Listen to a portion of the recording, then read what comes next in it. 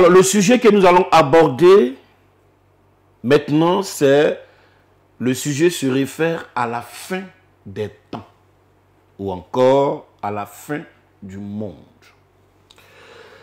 Pour saisir ce sujet, nous allons partir d'un exemple usuel.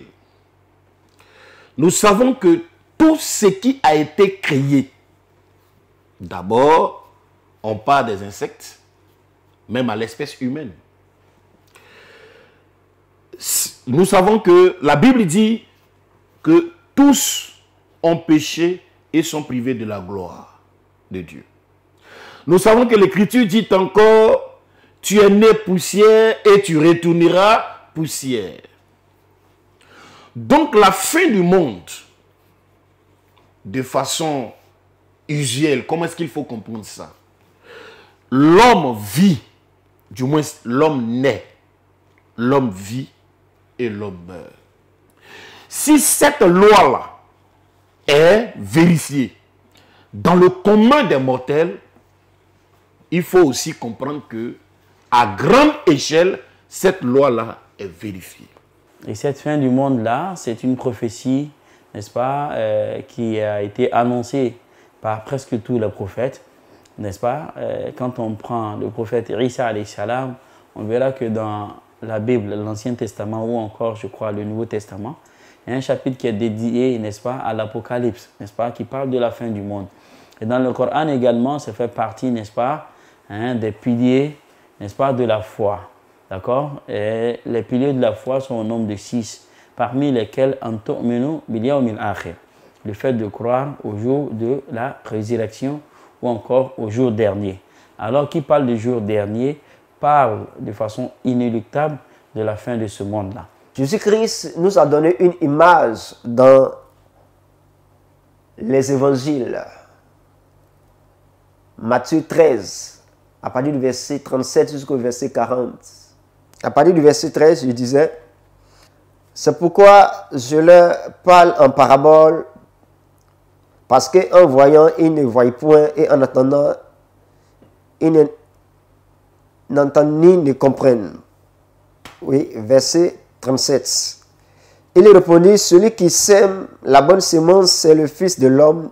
Le champ, c'est le monde. La bonne semence, ce sont les fils du royaume. L'ivraie, ce sont les fils du malin. L'ennemi qui l'a semé, c'est le diable. La moisson, c'est la fin du monde. Les moissonneurs, ce sont les anges. Alors ici, on comprend que la fin du monde est représentée ici par la moisson. Dans le Coran, Allah il nous parle de la fin du monde. Et tellement cette fin-là, c'est quelque chose de difficile, c'est quelque chose de primordial, c'est quelque chose d'important dans la vie du croyant, n'est-ce pas? Allah il a utilisé des noms pour qualifier ou encore pour appeler ce jour-là, qui sont plus de 70 noms, selon les savants, n'est-ce pas, qui ont décortiqué le Saint-Coran. Pour dire que Allah subhanahu wa ta'ala, dans un verset par exemple, Allah il nous dit, Ya ayyuhan nas, ittaqu rabbakum. Il dit, oh vous les hommes, craignez votre Seigneur Allah subhanahu wa ta'ala. Et Allah il dit, inna zalzalata sa'ati shay'un 'azim. Il dit, sachez que, n'est-ce pas, le tremblement de l'heure, ou bien l'arrivée de l'heure, shay'un 'azim. Il dit, sachez que c'est quelque chose de grand. D'accord? Il dit, yawma tarawnaha tadhalu kullu murdi'atin amma arda'at.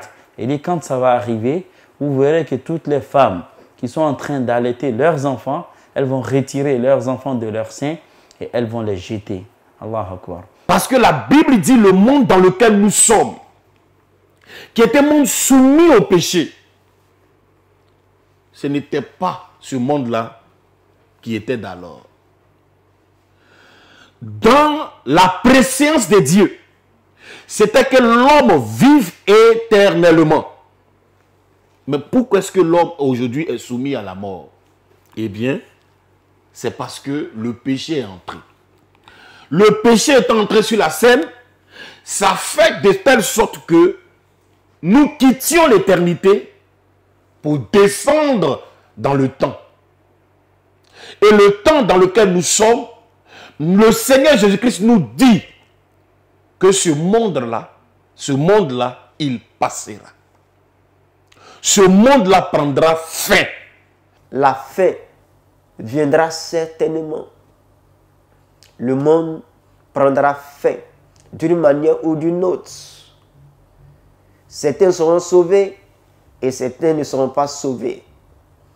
Parce que lors de la moisson, il y a l'ivraie qui est coupée et jetée dans le feu. Et il y a la bonne semence qui est gardée dans les greniers. Ceux qui sont sauvés, c'est la bonne semence. Mais ceux qui seront condamnés, ils sont considérés comme l'ivraie. Et Allah il nous dit, il dit, vous allez voir que ce jour-là, toutes les femmes qui sont enceintes, ce jour-là, ces femmes-là, elles vont enfanter. Et Allah subhanahu wa ta'ala, il va plus loin, il dit, il dit, vous verrez ce jour-là, les hommes, ils sont comme des personnes qui sont ivres, qui sont sous, qui ont consommé l'alcool.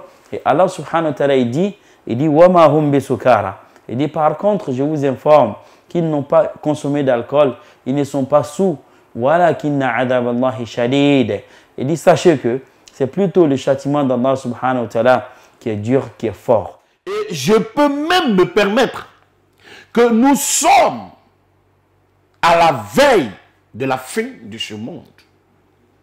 Nous sommes à la veille du passage de ce monde. Parce que, comme l'Écriture l'a dit, il faut un nouveau monde. Et le monde dans lequel nous, les chrétiens, nous allons habiter, c'est un monde qui descendra du ciel, la nouvelle Jérusalem. C'est là-bas que nous habiterons. Et donc, les savants nous ont fait une sorte de classification. Ils ont dit que il y a les petits signes de l'arrivée de l'heure et il y a les grands signes. Et d'accord, parmi les petits signes, par exemple, il y a le fait que ce monde-là soit rapproché. Aujourd'hui, quand on regarde, avec tout ce qu'on a comme technologie, avec tout ce qu'on a comme réseaux sociaux, n'est-ce pas, tels que Instagram, Facebook, WhatsApp et tout ce qui rapproche les hommes, cela avait été prédit par le prophète sallallahu alayhi wa sallam. Il a dit que le monde allait être comme une seule cité ou bien comme une seule ville. Et en plus de ça, parmi les signes de la fin du monde, le prophète sallallahu alayhi wa sallam nous dit, il dit le temps, n'est-ce pas, sera plus long. Il aura une sorte, n'est-ce pas, de temps qui passe très rapidement. D'accord? Et parmi les signes également, on verra à la fin des temps des femmes qui sont habillées alors qu'en réalité, elles sont nues. Pendant que la parole est annoncée, pendant que l'évangile est prêché et que nous entendons l'évangile, il est important pour nous de laisser la parole de Dieu produire en nous la vie de Dieu et nous amener réellement à notre Créateur, à notre Dieu, pour notre salut et pour la vie éternelle. Et donc chaque musulman, qu'est-ce qu'on devrait faire? En ce moment-là, le prophète sallallahu alayhi wa sallam, à travers les versets du Coran, Allah nous dit que les mers vont sécher. La science l'a démontré. De plus en plus, la couche qui nous sépare du soleil, qu'on appelle la couche d'ozone, cette couche-là ne fait que disparaître de plus en plus. Et pendant qu'elle est en train de disparaître, qu'est-ce qui est en train de se passer? Les mers sont en train de sécher. Et pendant que les mers sont en train de sécher, la mer est en train de céder la place à la terre. La superficie que l'eau occupait 10, 20, 30 ans en arrière, n'est-ce pas, est plus élevée que la superficie que l'eau occupe de nos jours. Et du coup, c'est ce qui fait que les gens sont atteints par des maladies telles que la cécité. Tout le monde est obligé de porter des verres parce que le soleil sévit de plus en plus. Alors, chers musulmans, il faut prendre conscience avant qu'il ne soit trop tard. Et le prophète sallam il dit Al-Kayyisu man dana nafsahu wa amila lima ba'da al-maut. Il dit l'homme intelligent, l'homme sensé, c'est celui-là même qui se demande des comptes et puis il va œuvrer en préparant la vie après la mort. Comme c'est sûr qu'on va tous partir là-bas, alors qu'est-ce qu'il faut faire? Il faut préparer donc l'arrivée de cette heure-là.